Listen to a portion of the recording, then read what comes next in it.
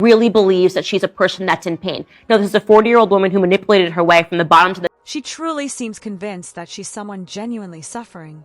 Picture this: a 40-year-old woman who climbed from obscurity to prominence by wedding a producer who launched her career, only to later divorce him and latch onto a prince too naive to notice what the rest of the planet clearly does. It's January 2026, and Meghan Markle has teamed up with Soho House to launch her as Everbrand. On Instagram, she's sharing posts about full circle moments, reminiscing about how the club served as her safe haven long before royal life. The vibe comes across as warm and sentimental, yet she's leaving out key details. Conservative voice Candace Owens has just unleashed a firestorm. Rumors are flying that Candace has acquired something explosive: Soho House membership records. These purported documents reveal Meghan's true involvement with the club in her pre-royal days. Insiders say the records include a tally: 89 men, all prominent, affluent, influential Soho House members, and Meghan's name shows up repeatedly, described by those in the know not as an ordinary member mingling naturally, but as a VIP companion. This wasn't casual networking. It points to deliberate arrangements for elite introductions, the sort that cast her full-circle Instagram reflections in a starkly different light once you grasp what that circle truly entailed. Word is Candace revealed this during a recent show, and Meghan's team instantly shifted into damage control. Complete quiet. No rebuttals.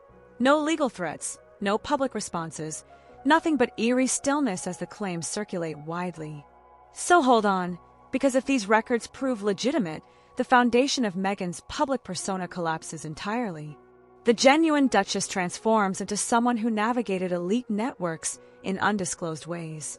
And Candace Owens could be the one holding the evidence. He gets a shot to rescue her. That's the reality, and it's effective, isn't it? She's delivered this compelling act for Harry, claiming, "I can't believe I'm in this spot. I just adore you, and I'm so much like your mom." It ties directly to that one opportunity he had to rescue his mother again, the way he describes that story.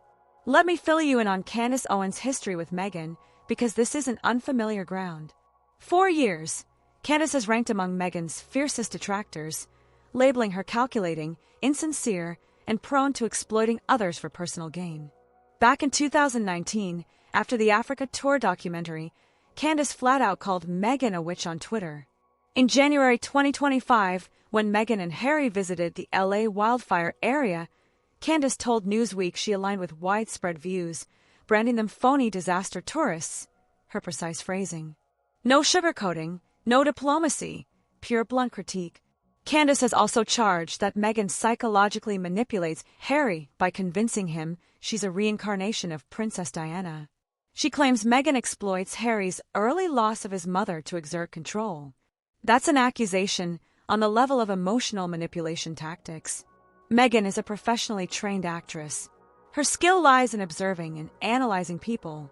She's not exceptional at acting, but she's studied it lifelong. Undoubtedly, she's examined Princess Diana closely.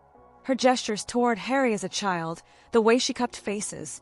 These are the chilling, calculated aspects of her approach. Placing a pregnancy test beside Diana's grave, claiming she touched the headstone to chat with her, suddenly breaking down in tears. So when reports emerged in September 2025 that Candace had aired Meghan's shadowy Soho House history on air, it aligned seamlessly with her usual approach. This isn't someone who bluffs. She digs deep, verifies, and when convinced she is solid ground, she unleashes publicly without hesitation. Now, insiders say Candace escalated things further, securing genuine paperwork, Soho House membership documents that expose the authentic character of Meghan's link to the club. And if those documents are authentic and confirm the claims, Meghan faces a serious crisis. To grasp why these supposed files carry such weight, you need context on Soho House itself. It's far from an ordinary club. It's a highly selective, members-only network built for powerful, creative, and wealthy individuals to connect. Getting in is tough. Even figures like Kim Kardashian and Kobe Bryant were rejected. Founder Nick Jones has stated they avoid admitting anyone likely to attract media or paparazzi. So how did Meghan, a TV actress earning about $50,000 per episode on Suits, break into that realm? After leaving Deal or No Deal, She appeared on 90210 in a scene where her character performed oral sex on a man in a car. Here's the intriguing part. For years, Meghan's closest ally has been Marcus Anderson. Marcus isn't merely a member, he's the global membership director, the one who ultimately approves or denies entry. He holds the keys to one of the world's most exclusive networking hubs. Marcus first connected with Meghan in Toronto during her Suits period. Their bond grew tight. Photos show them together frequently over time. He attended her royal wedding, her New York baby shower, and recently joined her and Harry at Disneyland for Lilibet's birthday. His role includes curating guest lists for major celebrity gatherings, Oscar after-parties, and high-end events, linking affluent members with those they wish to encounter. That's his core responsibility. The next notable sighting of Marcus is him seated beside Meghan at the Invictus Games opening ceremony. Watching that footage now highlights just how much Prince Harry has fallen. Meghan's entry into Soho House circles far beyond her then-career level came via Marcus. He unlocked access, made key introductions, brought her into spaces her professional standing didn't justify. Now the narrative turns truly explosive. According to circulating reports, the files Candace supposedly possesses list 89 men, prominent Soho House figures, business tycoons, media execs, finance heavyweights with real wealth and influence. Meghan's name links to them repeatedly, not as a peer casually connecting, but as a VIP companion arranged to spend time with them, dinners, events, intimate gatherings.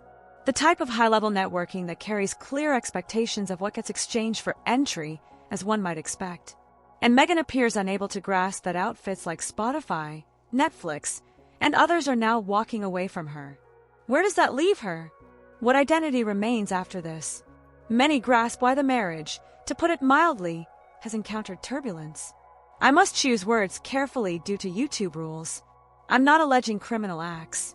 What I am noting is that elite venues like Soho House have long functioned through networks where attractive, charismatic individuals get presented to affluent members for reciprocal advantages.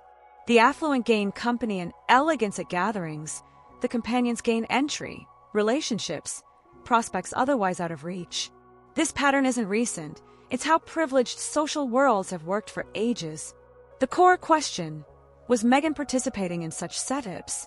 And does proof exist? The lack of thorough investigation into Epstein's circle allows powerful figures who may have harmed minors and face blackmail to retain influence. In my view, far too much faith lingers in official institutions. 89 men stands out as an oddly precise figure, not a rough guess, not an approximation. Citing that exact count implies someone reviewed records and counted distinct high-profile members linked to Meghan in her Soho House period. If Candace possesses those records and has reviewed them, that's precisely why Meghan remains mute. Denial risks Candace producing the evidence. I can't fathom why anyone believes embracing perpetual victimhood appeals anymore, especially today. It's outdated, worn out. No one wants to hear complaints of oppression from a princess. It defies logic. Let me tie together Marcus Anderson's significance as its central. As global membership director, he doesn't merely gatekeep entry. He orchestrates the full member journey, forging links, setting up meetings, ensuring subscribers receive the premium value they pay for. In the lineup of Meghan's disposable friendships, Marcus stands apart as irreplaceable. I aim to demonstrate in this discussion that without Marcus Anderson, Meghan Markle wouldn't have attained her current worldwide recognition. Royal biographer Katie Nicholl verified that when Harry sought to meet Meghan, he turned to Marcus to organize it. Marcus set up their encounter in a private Soho House room with roughly 7 or 8 others. Ideal low-key setting for sparks to fly. Consider the implications. A prince desires to meet a woman and routes it through the Soho House connector. That's Marcus' expertise, elite matchmaking and networking broker. During Meghan's Toronto Suits era, Marcus ushered her into Soho House spheres, granting sudden proximity to affluent men far above her social tier. What precisely defined that dynamic? And more critically, how it reshapes the polished public story she promotes. Harry apparently craves private time now, avoiding cameras and social media exposure. Those familiar with these circles recognize precisely what that hints at. Attractive, engaging women enter elite environments because they enrich the member atmosphere, they enliven events, offer companionship to prosperous men seeking appealing, sharp company. If the alleged records demonstrate Meghan operated in the setup via Marcus coordination, that's not mere friendship. It's a mutually advantageous professional dynamic. The timing infuriates me. In November 2025, mere months after Candace supposedly unveiled Meghan's Soho House history, Meghan reveals a significant Soho House tie-in for her as ever brand's pop-up at Soho Home in West Hollywood. She shares Instagram content about full-circle moments, her 4-year-old playing pretend shop, pulling out jams, using fake cash while Meghan buys them. Meghan engages in make-believe with her child, yet it's tied to Marcus. Reflect on that. If records exist documenting her as VIP companion to wealthy members, and she believes Candace has accessed or viewed them, why spotlight the Soho House link publicly? 2 scenarios. The records are fabricated and she's unconcerned, or she's preempting the narrative. By aligning openly with Soho House and presenting it as fond nostalgia, she shapes the story ahead of any revelations about the actual nature of her involvement. Standard crisis PR: release a favorable spin first, so any damaging counter can be dismissed as already covered. Royal Observer Kinsey Schofield reported sources saying Meghan selected Soho House deliberately for its controlled setting, allowing her to manage sales data and outside views. And you sensed early on you needed to return to LA, that Canada served only as a temporary stop. Right from the start, this woman engineered her exit from royal duties because Hollywood A-list status has always been her ultimate goal. She lacked the acting chops for true Hollywood stardom. She ended up a minor player on Suits, a show barely watched in America, yet Prince Harry reminds us otherwise. That signals someone anxious about potential exposure, someone attempting to recast a connection before the authentic account emerges. Let me outline what sources describe in these alleged files, not claiming verification, just relaying what's discussed in circles around Candace's purported discoveries. Membership logs supposedly indicate Meghan never held full membership herself. She remained a guest, always tagging along with paying members, never covering fees herself, which tracks, given Soho House's steep, restrictive costs. Yet the logs allegedly document extensive access anyway, ongoing entry to various global locations: Toronto, London, New York. How does a non-member achieve that? Through setups with the global membership director, who doubles as her longtime close contact. Inspired, it claims, inspired by Soho House. Am I off base? I recall hearing Soho House face struggles, perhaps heading toward collapse. Maybe limited to the London site, or maybe broader. Last check, prospects didn't look strong for them. The files purportedly specify which members she connected with, identities of prosperous entrepreneurs, media bosses, finance influencers, plus events attended together, meals, celebrations, secluded get-togethers, consistently as companion rather than lead member. The bombshell sources highlight file notations calling her valuable for member experience, phrasing implying deliberate placement to elevate the social quality for premium members. That's textbook professional companion language. You can spin tales on Netflix, on Oprah, to the media, feed narratives to outlets, but under oath? Different story. Meghan and Harry face questioning under oath. Fascinating rarity. They crave privacy, yet the court refuses. So perhaps their next move? If Candace reviewed files containing such wording, linking Meghan to 89 distinct member names with remarks on her member experience value, that's ruinous. It establishes the ties as transactional, contradicting the innocent friendship tale Meghan has long sold. What convinces me something substantial exists? Meghan's side has maintained absolute silence since the claims broke. Zero pushback, no attorney comments, no lawsuit warnings. If truly wronged, she'd have every incentive to engage authorities, especially a congressional platform watched globally. If innocent is claimed, why skip that chance? This mirrors the woman who sued the Mail on Sunday over a letter to her dad. She pursues courts when victory seems likely, challenges falsehoods legally. Yet on Candace's Soho House file accusations, nothing. Dead air. Why? Denial risks Candace dropping proof, exposing lies. Silence buys time, hoping momentum fades. Observe Meghan's playbook. False accusations get fought. True or hard to disprove ones prompt quiet while PR maneuvers discreetly. This quiet screams awareness of uncontrollable exposure risk. So the matchmaker for those two now appears in headlines. And I thought the alleged matchmaker, or pimp, was Marcus Anderson? Curious phrasing. Have the two idiots moved on from their matchmaker? Harry's old friend Violet Von Weston holds. Let's consider Meghan's fate if these files surface publicly. Her brand implodes instantly. The advocate for authenticity and strength becomes someone leveraging elite networking deals to ascend ladders. Netflix cuts ties. As ever turns laughable. Business alliances vanish. Associations with someone whose rise stem from servicing wealthy men in private clubs become toxic. Beyond commerce, the contradiction destroys her. Meghan cast herself as feminist icon, champion of female strength, achiever through grit and smarts. If files confirm arrangement as VIP companion to 89 affluent men, that image shatters. She embodies precisely what detractors long claimed, using appearance and charisma for power access, then repackaging it as motivational. I suspect Meghan would prefer topping lists. Meghan doesn't merely diminish Prince Harry, she belittles his whole lineage, his heritage. And she appears to have done it with relish. And Harry, what toll does this take?